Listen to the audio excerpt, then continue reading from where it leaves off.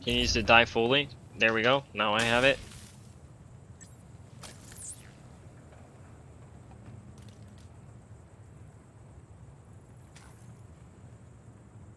No one else died, I think. Moonbear might die. So Moonbear is gonna give it to me again now and kill me. Manhunt now in effect.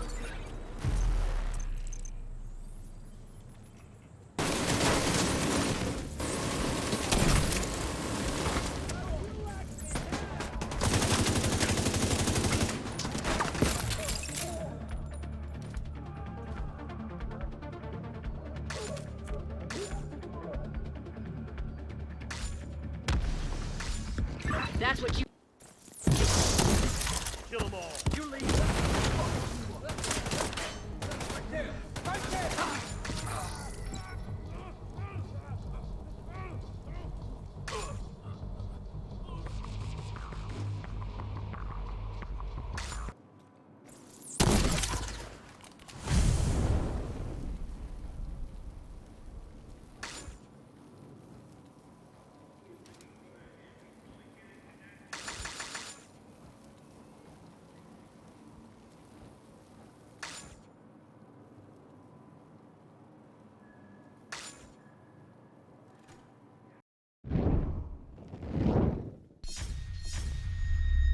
What's up agents, Patrick Wolf here. Welcome to another Division 2 build video. Today's build video is going to be the Pyro Eclipse build. It's going to be a variant of the Eclipse protocol gear set in combination with a few other elements. Hope you guys do enjoy it. Before we get into it, just wanted to quickly explain to you, I've been making a lot of builds lately. I've got so many insane combination hybrids coming up soon.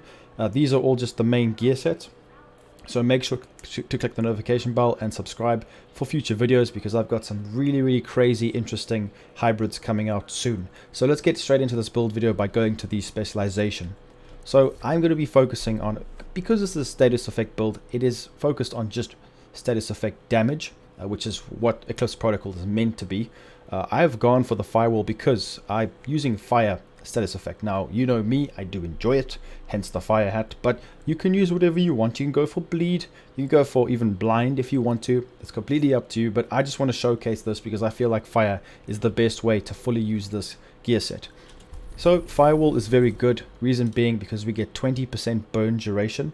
And then this is actually quite funny because fiery response, if you get pushed by those pesky shotgunners in any kind of content, your armor's gonna get broken, and that NPC will actually die from pushing you because of the burn damage. So, and it'll transfer to all of his friends. It's hilarious. So make sure all of this is active. This will be mainly a PvE build.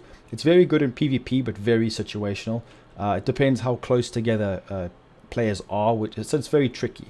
But let's go over the weapons now. I'm using assault rifles, but probably a rifle. I think I might change it to a rifle. So I'm going to take my shotgun off, and I'm going to put rifle because of a special rifle I'm going to showcase to you guys now. So SMG, assault rifle, depends what kind of guns you want to use.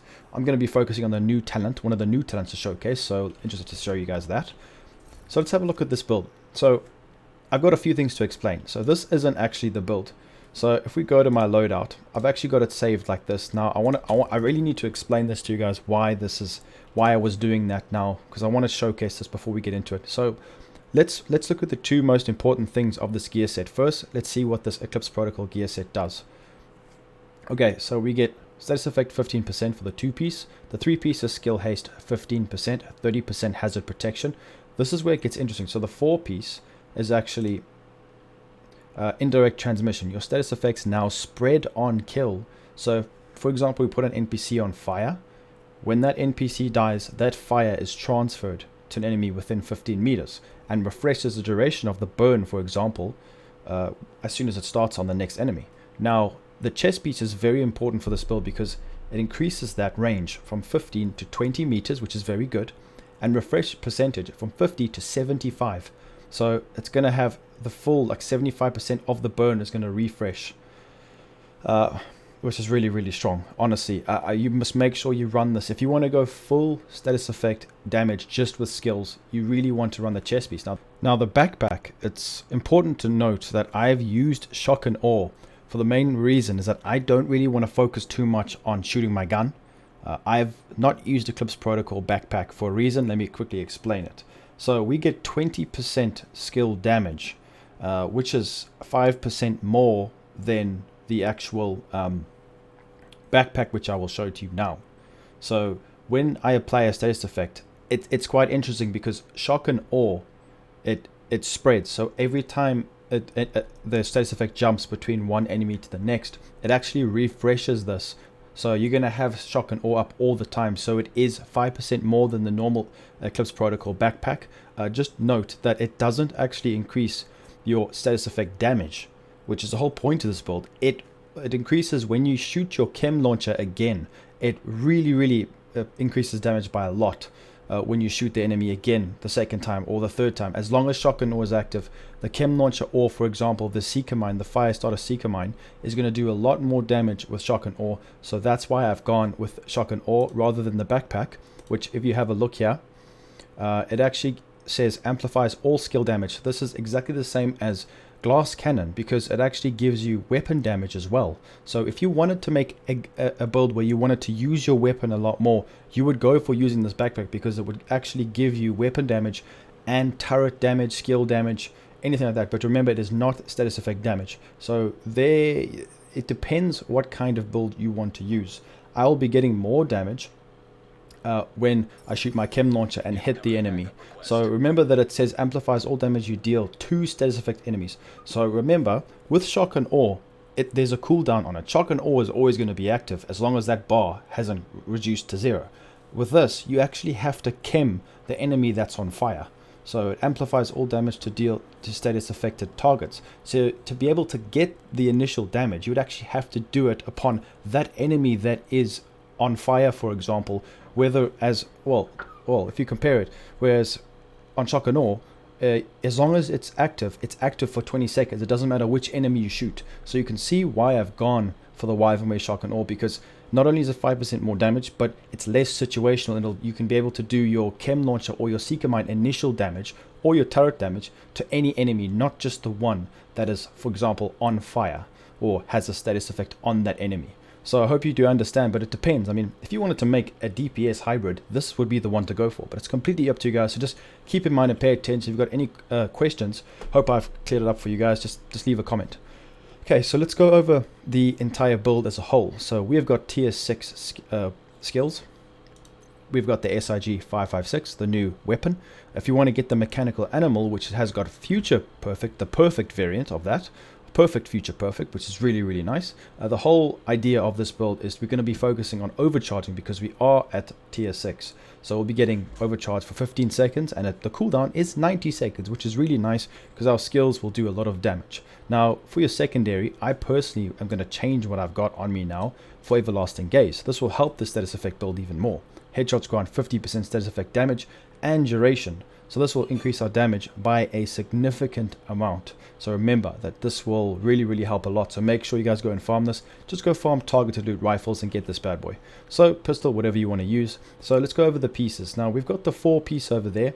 I've gone over the chest piece talent. Let's have a look at the golden gear. The reason why I've got golden gear is because the 1 piece has 10% status effects, which is really nice. Just roll status effects on everything. And then for your mods, like I said in my previous videos, it's completely up to you what kind of mods you want to use.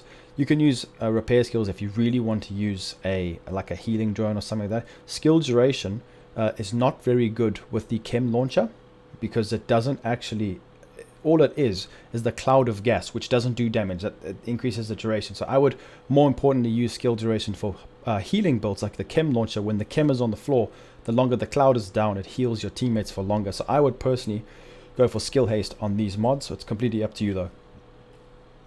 So the chest piece, once again, using it because of that extra range and extra percentage refresh on the burn. Roll status effects on everything, guys. I'm trying to make that clear to everybody. Status effect on everything. Got backpack, shock and awe, skill damage, status effect, and the Wyvern Way 1 piece gives us 10% skill damage, which really does help as well. The gloves, status effect once more. The knee pads, status effect. So with the skills, we've gone for the Airburst Seeker Mine. If you guys didn't know, this is a very strong mine. The burn damage is amazing. It's got a very big amount of damage, more than the Chem launcher, 1.171 million, which I have now, and when shotgun ore is active, you'll be able to put the other enemies on way more damage than that. So it's a very, very good seeker mine. Make sure you utilize this.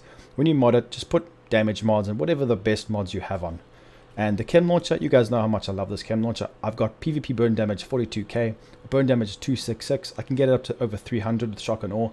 Then we've got the normal damage, was just over 500,000, which is very, very nice. The cloud duration 20 seconds, which is really good. The radius is not very big, but it's very, very nice. The cooldown per ammo is 19 seconds.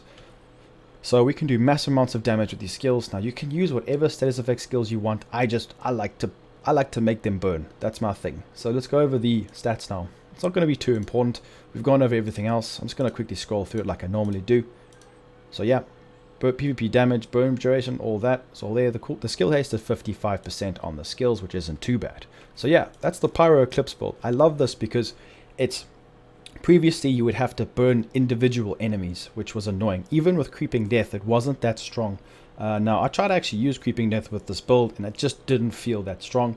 What I normally do is you hit one enemy, guys, and it burns the rest of them, as you saw from the footage. So I love this build. It's really fun to use, very, very potent, and I feel like players who like to use burn skills can finally really contribute a lot more to the team, especially in difficult content, because it just spreads like absolute wildfire. It's so much fun. So let me know what you guys think in the comments. Leave a like, subscribe, and I'll be seeing everybody in the next video. Peace out, agents.